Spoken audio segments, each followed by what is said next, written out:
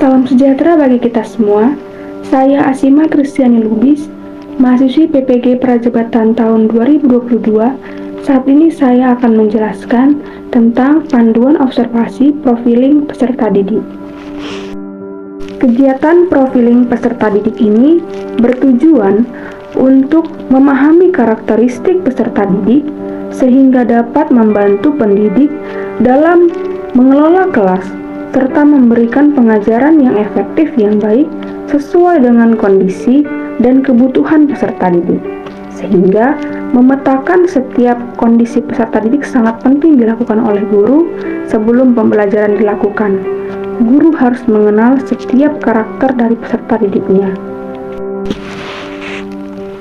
Aspek yang perlu diamati terkait profil peserta didik yaitu aspek etnik, kultural, status sosial, minat, kemampuan awal, gaya belajar, motivasi belajar, perkembangan emosi, perkembangan sosial, perkembangan moral, perkembangan motorik, dan perkembangan kognitif siswa.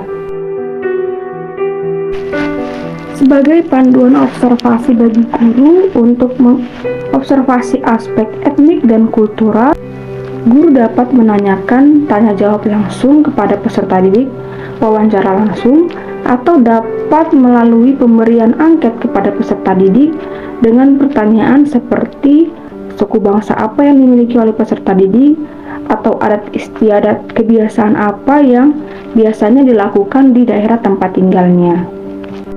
Selanjutnya untuk aspek status sosial, panduan observasinya yaitu guru dapat juga melakukan wawancara atau tanya jawab langsung kepada peserta didik, atau bisa juga dengan pemberian angket dengan pertanyaan seperti pekerjaan apa yang dimiliki orang tua. Selanjutnya aspek minat. Guru dapat melakukan wawancara langsung, tanya jawab langsung kepada peserta didik, atau dapat juga melalui pemberian angket terkait keterlibatan peserta didik. Peserta didik dapat menceklis skor 1 apabila sangat tidak setuju, skor 2 apabila tidak setuju, skor 3 setuju, skor 4 apabila sangat setuju terkait beberapa pernyataan menantikan pembelajaran yang dilakukan hari ini. Bersemangat dalam mengikuti kegiatan pembelajaran, dapat memfokuskan perhatian pada saat belajar, terlibat aktif pada proses pembelajaran, memiliki rasa keingintahuan yang tinggi, tidak mudah putus asa dalam melakukan sesuatu atau memecahkan masalah dalam pembelajaran, serta menyelesaikan tugas yang diberikan tepat waktu.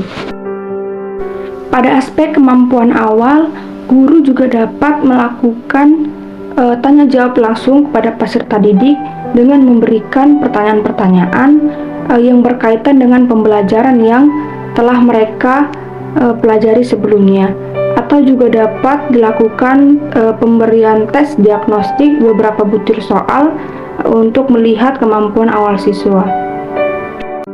Selanjutnya pada aspek gaya belajar, guru juga dapat melakukan wawancara langsung atau tanya jawab langsung kepada peserta didik, juga dapat melalui pemberian angket dengan peserta didik dapat mengisi kolom penskoran terkait beberapa pernyataan, lebih suka belajar dengan banyak membaca buku, atau lebih suka belajar dengan banyak mendengarkan penjelasan dari orang lain, atau lebih suka belajar dengan banyak menulis, menggambar, kegiatan praktik, lebih suka belajar dengan berdiskusi bersama orang lain, atau lebih suka belajar dengan dapat menciptakan banyak produk atau barang.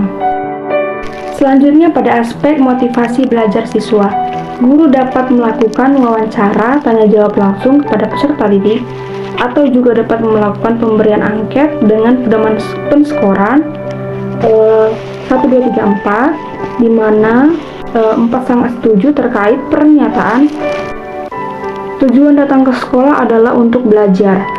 Kedua, belajar adalah kegiatan yang menyenangkan. Ketiga, hadir di kelas tepat waktu agar tidak terlambat dalam belajar. Dan dapat belajar mandiri apabila tidak ada guru di kelas. Selanjutnya aspek perkembangan emosi. Guru dapat melakukan wawancara kepada peserta didik atau dapat melakukan pemberian angket dengan pedoman penskoran 1, 2, 3, 4 terkait pernyataan mampu mengikuti kegiatan pembelajaran dengan tenang dan kondusif. Kedua, mampu mengendalikan emosi ketika dihadapkan pada masalah atau tidak mudah marah. Ketiga, mampu mengungkapkan argumen atau apa yang dirasakan dengan tenang. Keempat, mampu meminta maaf dan mengevaluasi diri apabila melakukan kesalahan. Kelima, tidak menyalahkan atau menuduh orang lain tanpa bukti yang akurat. Kemudian, tidak mudah tersinggung dengan pendapat yang diberikan orang lain. Selanjutnya pada aspek perkembangan sosial, guru dapat melakukan tanya jawab wawancara langsung kepada peserta didik atau dapat memberikan angket terkait beberapa pernyataan seperti mampu bekerja sama dengan siapapun yang memiliki keberagaman latar belakang, pandangan, dan keyakinan. Kemudian mampu menghargai keberagaman latar belakang, pandangan, keyakinan, dan karya orang lain.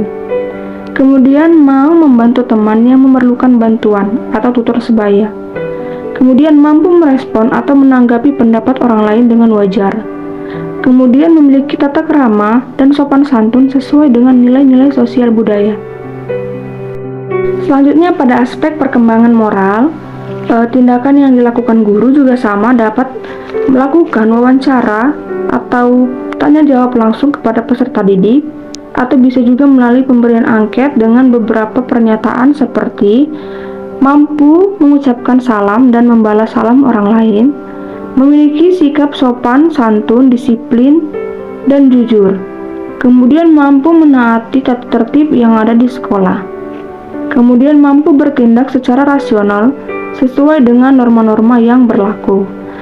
Kemudian mampu bersikap sportif dalam menghadapi kekalahan. Kemudian mampu mengucapkan tolong dan terima kasih ketika meminta bantuan atau menerima bantuan dari orang lain. Kemudian mampu meminta maaf ketika melakukan kesalahan kepada orang lain. Kemudian pada aspek perkembangan kognitif, guru dapat melakukan wawancara kepada peserta didik atau melalui pemberian angket juga dengan beberapa pernyataan mampu membaca dan mengetahui informasi yang ada pada LKPD misalnya yang diberikan oleh guru. Kemudian mampu memahami informasi yang ada pada masalah yang diberikan oleh guru. Dituntut berpikir kritis.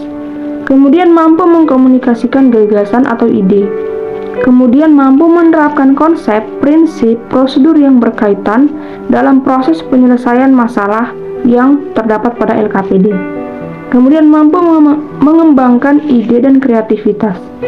Kemudian mampu menganalisis hubungan antar ide, antar konsep, antar prinsip, atau prosedur yang digunakan.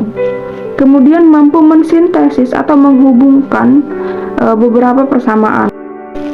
Kemudian yang terakhir adalah pada aspek perkembangan motorik, guru dapat melakukan tanya jawab, wawancara kepada peserta didik, atau dapat melakukan pemberian angket dengan beberapa pernyataan seperti memiliki tinggi badan yang sesuai, memiliki berat badan yang sesuai, memiliki fungsi panca indera yang baik, memiliki gerak-gerik seperti berjalan, melompat dengan mantap atau tidak canggung, memakai seragam sekolah dengan rapi, serta menggunakan atribut yang lengkap. Demikianlah penjelasan yang dapat saya sampaikan. Lebih dan kurang saya mohon maaf. Terima kasih.